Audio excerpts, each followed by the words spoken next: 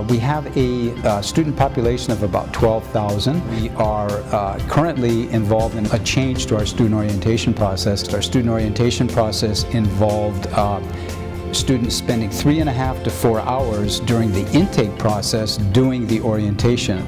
Very difficult for students to absorb all that material in that length of time. One of the things that might be a possibility would be to put our process on YouTube, to have it on the internet. Because the other part of that is that the student orientation involved a handbook, and a handbook had to be produced in production, very costly, and going to the internet, we were able to streamline the process, not have to produce these handbooks.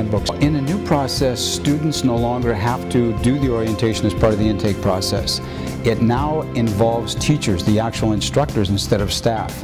So when a student goes to the class, as I mentioned earlier, they're overwhelmed with all the information they're given in the intake process.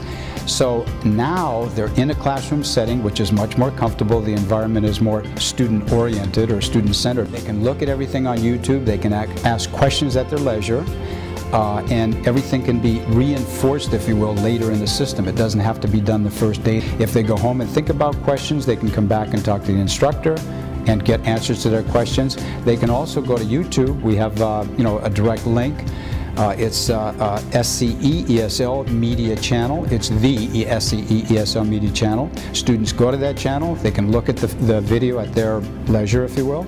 And anything they come up with as far as questions, they can go back into the classroom, ask their teachers. And it's an ongoing process. It's not something that they do during intake. It's something that they do over a period of time, and then obviously it's better retention. The overall response is very, very positive. I can say that instructors like it, and the reason they like it so much is because they were not a part of the process before.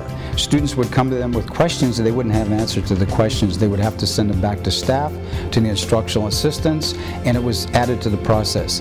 Now they know the process, they are involved in the process, and if they want to make any changes, they can go back to me or to staff and say, I'd like to make this change. This is what I think I've found would work better for our students, so please incorporate. And we do real-time revisions. It's not a paper revision, it's an electronic revision.